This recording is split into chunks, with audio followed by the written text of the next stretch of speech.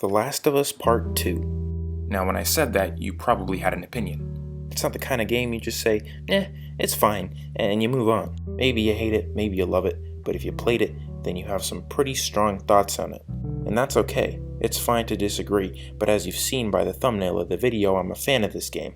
In fact, I think it's a bit of a flawed masterpiece. It's not perfect, but it is very, very good, and I'm going to explain why. You probably already know all about these games because why else would you be watching the video, but the basic gist of The Last of Us is that there's a zombie apocalypse, and in the first game, you're tasked with escorting a girl through the United States to get a cure made. When you reach your destination, however, you realize that Ellie has to die for a cure to be made. By the end though, you've grown to love little Ellie so much that you kill the scientist in a murder rampage and save her. In the second game though, Abby kills the main character. And you have to hunt Abby down, then you have to play the second half of the game from Abby's point of view, and in the end you don't even get to kill her. Now, I do want to explain my opinion on all this, but this game came out 8 months ago, which means a lot of people have already talked about it. So I don't want to just rephrase things that other, smarter people have already said. Instead, I'm going to talk about this game in a whole new light using The Godfather Part 2. Yeah, I know, let me explain. The Godfather, even if you haven't seen it, you certainly heard of. It's a gangster crime drama, some would say the most important classic one of all time. It's a gripping tale of vengeance, violence, action-packed with a classic ending in which the hero becomes the villain. The Godfather Part 2, on the other hand, is one of those legendary movie sequels. You know, like Empire Strikes Back, The Dark Knight, Shrek 2, that beat the original in many people's eyes. It was such a genius and fluid continuation of the original story that many people thought it was superior. Especially considering how perfect the ending of the first Godfather is, it's a hell of a feat for the second one to be better. And so The Godfather Part 2 continues the story of Michael Corleone and his descent into hell as he continues to maintain his crime family. But also has a second narrative of Michael's father, Vito, which serves as a parallel, a reflection in a broken mirror, so to speak. In the end of the movie, Michael wins, but his ruthlessness leads to him losing everything. And so while the second one is more slow, and is more muddled pacing, and is less tight or action-packed, it's more interesting, it's dark, and it's ambitious. Starting to see my point here? The Last of Us Part 2 is actually what I was talking about there.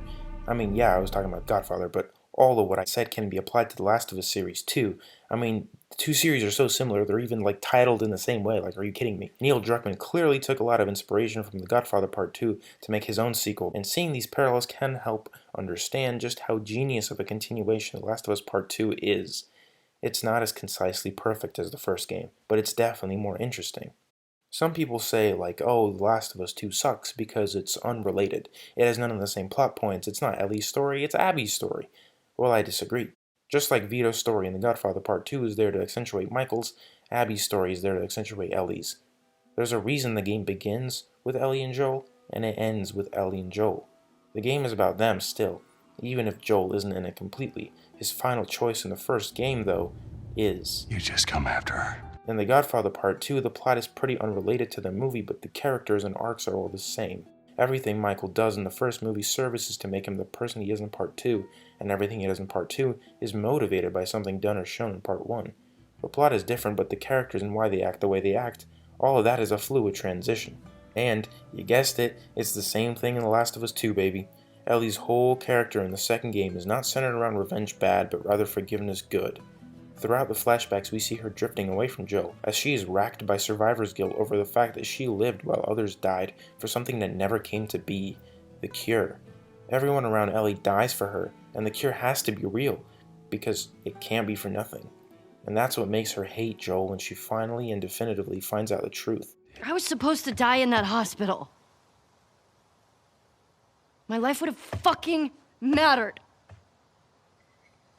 But you took that from me.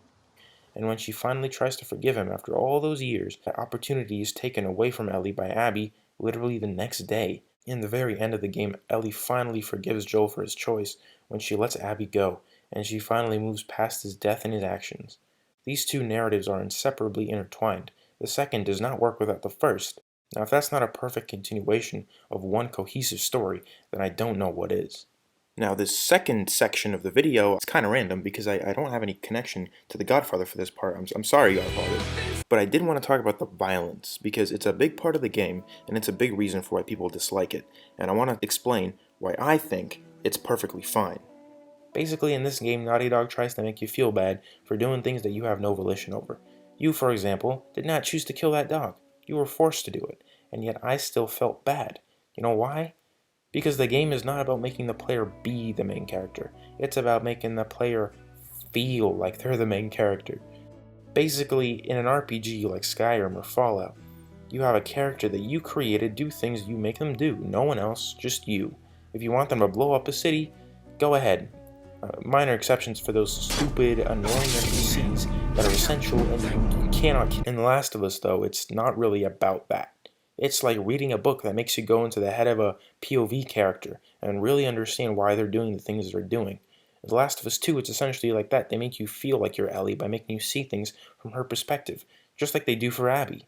For me, at least, I felt bad for doing things, even if I was just pressing triangle aggressively, because it's not just about making you feel guilt for the things that you had no choice over, but rather placing you within Ellie's head and making you feel what she's feeling. And you know what? I figured out a way to tie it back to Godfather. When Fredo is shot by Michael, I felt really bad. Maybe not guilty, but certainly unpleasant. And it wasn't just sadness, it was more like remorse, because I knew what this meant for Michael and the person he'd become. Just like I felt bad when Ellie murdered her 300th person, because I knew what it meant for her, and I wasn't on board. Pretty much these are just the main reasons why I like The Last of Us 2 so much, shown off in a bit of an unusual comparison. It's certainly not perfect, because yes, that zebra's scene is stupid, yes, the pacing sorta sucks sometimes. Yeah, it's rewind time. Yes, that surgery room looks way too clean, but at the end of the day, I think this game is immensely powerful. Its themes of empathy, forgiveness, and anger bad are pretty basic things, but very few people actually employ them in the world. A lot of people say that, oh, Ellie didn't see Abby's justification for what she did, so she shouldn't have forgiven her, but that's kind of the point. In real life, you're not going to get 20 hours with somebody to understand their POV of whatever it is they did to hurt you. You just have to try to understand their reasons as best as you can and attempt to forgive them and move on. I don't think I can ever forgive you for that.